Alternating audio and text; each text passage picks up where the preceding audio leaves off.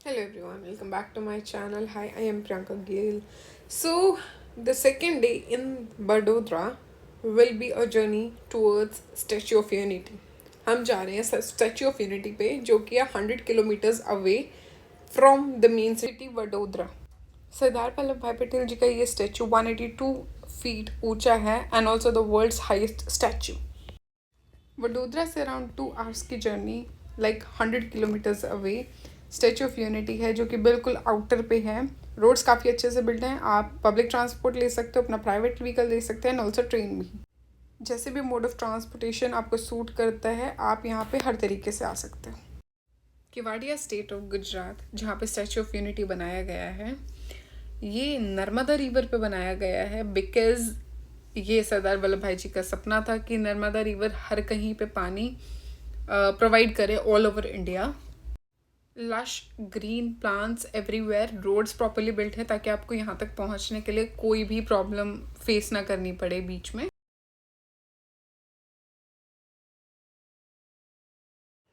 Entry जो है वो है एकता द्वार। ये यहाँ का नियरेस्ट रेलवे स्टेशन है। 8 मिड सिटी से यहाँ डायरेक्ट ट्रेन मिलती हैं, वो आपको यहाँ एकता नगर में ड्रॉप करेगी। यहाँ से आप कोई भी ऑटो या बस सर्विस भी अवेलेबल है स्टैचू ऑफ यूनिटी तक जाने के लिए। Now we have reach to the Statue of Unity, Sardar Vallabhbhai Patel जी का स्टैचू। हिंदी में बोले तो प्रतिमा, 182 फीट ऊंची सरदार वल्लभ भाई पटेल जी की प्रतिमा। जैसे ही आप स्टैचू ऑफ यूनिटी के बाहर पहुंचते हैं, यहाँ से आप अपना ऑटो भी ले सकते हैं एंड ऑल्सो बस शटल सर्विस अवेलेबल है जो कि आपके टिकट्स में ही इंक्लूडेड हैं उनके चार्जेस। जो ये ऑटो है ये आपको 110 के अराउंड। बस सर्विस काफ़ी अच्छी है but I don't want to wait, so we preferred auto only. And Sardar Vallabhbhai Patel ji is known as iron man of India.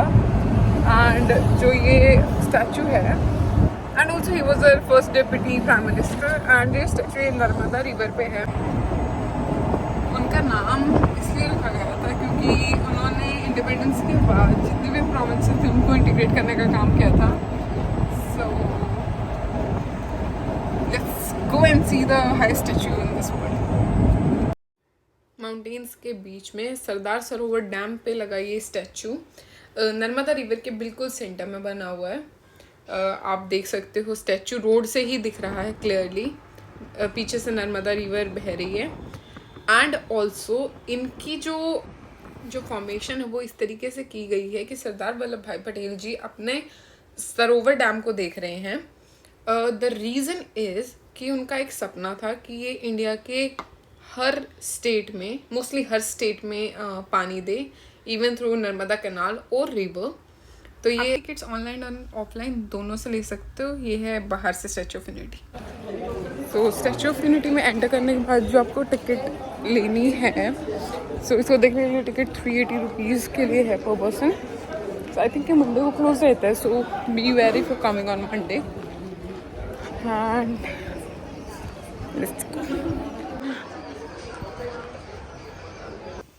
This is the main entrance Statue of Unity. यहाँ पे सबसे पहले आपकी tickets check होंगी, then you will go through the security check in and उसके बाद थोड़ा सा चलने के बाद जो मेन स्टैचू है आप उस एरिया में एंटर कर पाओगे। जो धातु इसको बनाने के लिए या जो मटेरियल एलॉय इसको बनाने के लिए यूज़ हुआ है वो है steel, concrete and brass coating, ताकि ऑक्सीडाइज ना हो। आपको स्टैचू के अंदर जाने के लिए एक सेपरेट टिकट लगेगी, सो जिसको लेके आप डायरेक्ट पूरी स्टैचू के अंदर जा सकते हो, like to its height. And ये उसके लिए सेपरेट टिकट है। 380 would not be the same ticket जो एंट्रेंस पे लगेगी। जैसा फेस ऊपर है वैसा ही यहाँ पे भी बनाया गया है। ये वल्लभ भाई पटेल जी का म्यूजियम है, यहाँ पे काफ़ी। हाँ जी, तो स्टैचू के अंदर आने के लिए need a separate 1000 rupees ticket per head. And let me show you the view. यहाँ से स्टैचू के अंदर आप बस 135 फीट ऊपर तक आ सकते हो और यहाँ से व्यू काफ़ी ब्यूटीफुल है। सामने सरदार सरोवर डैम है जो कि उनका सपना था। हम खड़े हैं सेकंड बटन और थर्ड बटन के बीच में, जो कि उनका हार्ट भी बोला जाता है। उसके आगे गाइड था जिन्होंने हमें इंफॉर्मेशन प्रोवाइड की है, you can here it yourself.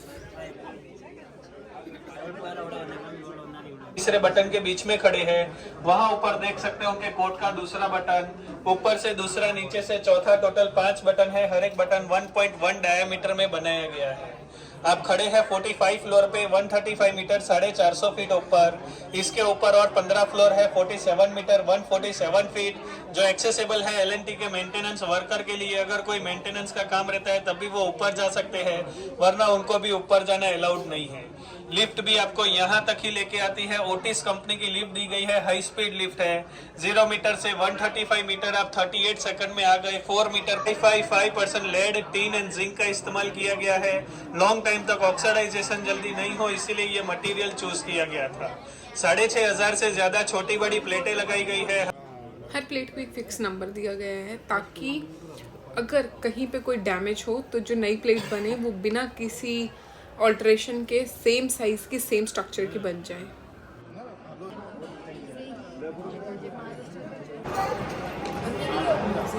जिसमें उनकी लाइफ के बारे में पूरा बताया हुआ है।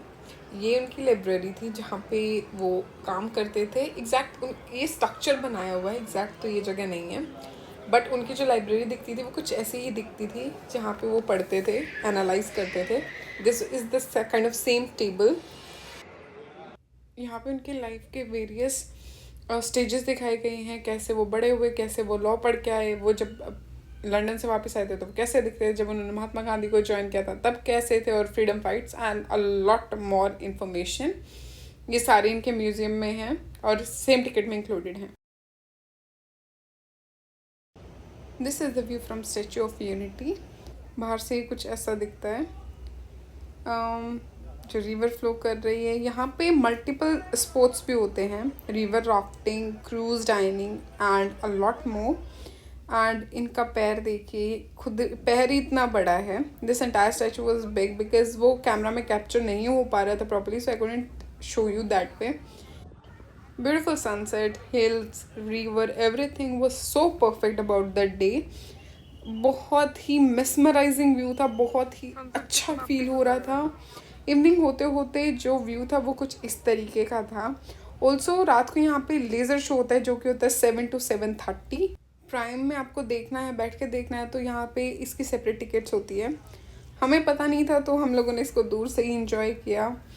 इतना प्रिटी लग रहा था ना, जो लेज़र शो था वो इनकी पूरी लाइफ के स्टेजेस को दिखा रहा था इनके स्टैचू पे। बहुत ही दूर से भी ये प्रॉपरली विजिबल था। लेज़र लाइट्स इसको एक कैनवस की तरह यूज़ करते हैं ताकि beautiful mixture of laser light, sounds and graphic, ताकि ये वल्लभ भाई पटेल जी की पूरी स्टोरी को हाईलाइट कर सकें। बहुत ही 51 हाई रेजोल्यूशन प्रोजेक्टर्स यूज़ किए हैं जो कि 600 मीटर्स अवे से भी इनको पोर्ट्रे करते हैं, शोकेस करते हैं the times when iron man of India was alive, जब वो जीते थे। उनकी पूरी लाइफ की जर्नी कैसे गई है, वो कैसे दिखते थे, कैसे उन्होंने फाइट किया, वो सब कुछ दिखाते हैं। निकलते निकलते बहुत ही लाइटिंग वाले पाम ट्रीज़ बने होते, बहुत ब्यूटीफुल थे। शाम को अराउंड 5 मिनट्स की जर्नी के बाद यहाँ पे नर्मदा आरती भी होती है। And Narmada Aarti is one thing that you must try. आपको बिल्कुल जाना चाहिए, आप स्टैचू ऑफ यूनिटी में गए हो तो। जो लाइट्स की रिफ्लेक्शन थी, जो आरती थी, और जैसे भी सब चल रहा था, बहुत ही मेस्मराइजिंग था एंड दिल खुश करने वाली चीज़ थी। एंड ये टिकट्स में इंक्लूडेड है, अलग से कुछ नहीं पे करना। एंड या that's it for this is the next day and we have reached to Miyawaki forests. We have reached at the hidden gem Miyawaki forest. ये एक जापानीज साइंटिस्ट हैं। इनकी फॉरेस्ट्री टेक्निक कुछ इस तरीके की है कि छोटी सी लैंड में ये पूरा फॉरेस्ट उगा सकते हैं। उनकी मियावाकी टेक्निक या मियावाकी फॉरेस्ट, इन्होंने वर्ल्ड में पता नहीं कितने सारे फॉरेस्ट्स को एस्टेब्लिश किया है। इनकी जो फॉरेस्ट्री टेक्निक्स हैं वो बहुत ज़्यादा डिफरेंट हैं। एक स्मॉल से एरिया में ये स्टार्ट कर सकते हैं और पूरा इंटायर को कवर कर सकते हैं। अश्योर्ड है कि ये 10 टाइम्स फास्टर और 30 टाइम्स डेंसर फॉरेस्ट को एस्टेब्लिश कर सकते हैं। एंड ऑल्सो ये नेटिव स्पीशीज़ को लेके मल्टीट्यूड फॉरेस्ट बना सकते हैं। सबसे ज़्यादा ग्रो किया गया प्लांट इस टेक्निक से वो है टीक, एंड काफ़ी सारे ग्रो किए गए। पहले 4 मिनट का वीडियो वो देख लो, 4 मिनट का बस। 4 मिनट हो जाए। अगर आपको इसकी कंप्लीट इन्फॉर्मेशन चाहिए तो they will show you a movie जो कि 4 मिनट की है, तो आप उस मूवी को देख सकते हो। उसमें इसकी हिस्ट्री और प्रोजेक्ट सब कुछ दिखाया जाता है। So this is the theatre जहाँ पे ये मूवी दिखाएंगे। मैं भी इस पर बैठ कन्हैया बनता धीरे धीरे। इस जैसे हजारों पेड़ हर रोज कुल्हाड़ी की धार सहते हैं, दिन ब दिन हर मिनट काटे जा रहे हैं। घर के पीछे का गुलमोहर हो या स्कूल के आंगन में उगता शीशम, हम किसी ना किसी को हर रोज खो रहे हैं। ये मानव रचित संकट मानव को ही दूर करना होगा। 70 के दशक से ही उन्होंने विश्व भर में वन संरक्षण के लिए कार्य करना शुरू कर दिया था। उनके अपने देश जापान में स्वदेशी पेड़ विलुप्त होते जा रहे थे। पूरे विश्व को आश्चर्यचकित करते हुए उन्होंने बंजर बेकार जमीन पर भी सफलतापूर्वक वन उगाकर दिखा दिया, वो भी कुछ ही सालों में। मियावाकी शहरों में हरियाली वापस लाने का एक अद्भुत। मूवी ख़त्म होते ही we decided to take a round of this small forest. हम लोगों ने देखा यहाँ पे काफ़ी सारी स्पीशीज़ थी, काफ़ी सारे प्लांट्स ग्रो किए हुए थे, और ये वो प्लांट्स हैं जो हमें नॉर्मल लाइफ में दिखने को भी नहीं मिलते। मैंने नहीं देखा था, कुछ ऐसे थे जो बहुत ही कॉमन भी थे। एंड ये प्रोजेक्ट नरेंद्र मोदी जी ने इस्टेब्लिश करवाया था ताकि जो बंजर ज़मीन है, और इंडिया में भी ऐसी टेक्निक इंड्यूस हो सके कि जो बंजर ज़मीन को फॉरेस्ट में कन्वर्ट कर सके। ये है life history on the biography. This is termite टार।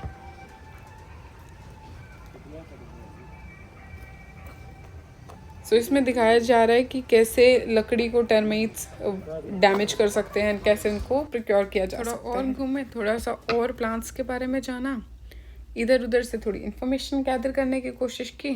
और यहाँ पे ये लोग हनी कलेक्ट कर रहे थे बी हाइव से बेसिकली, और हनी कलेक्ट करते करते फिर हम लोगों ने इनसे थोड़ी बातचीत की, बस। And that's all. अगर आपको ये थोड़ा सा भी इंफॉर्मेटिव लगा हो तो give it a big fat thumbs up, and this is all for this vlog, and I'll see you in a brand new video very soon. Bye bye. Like, share and subscribe to my channel.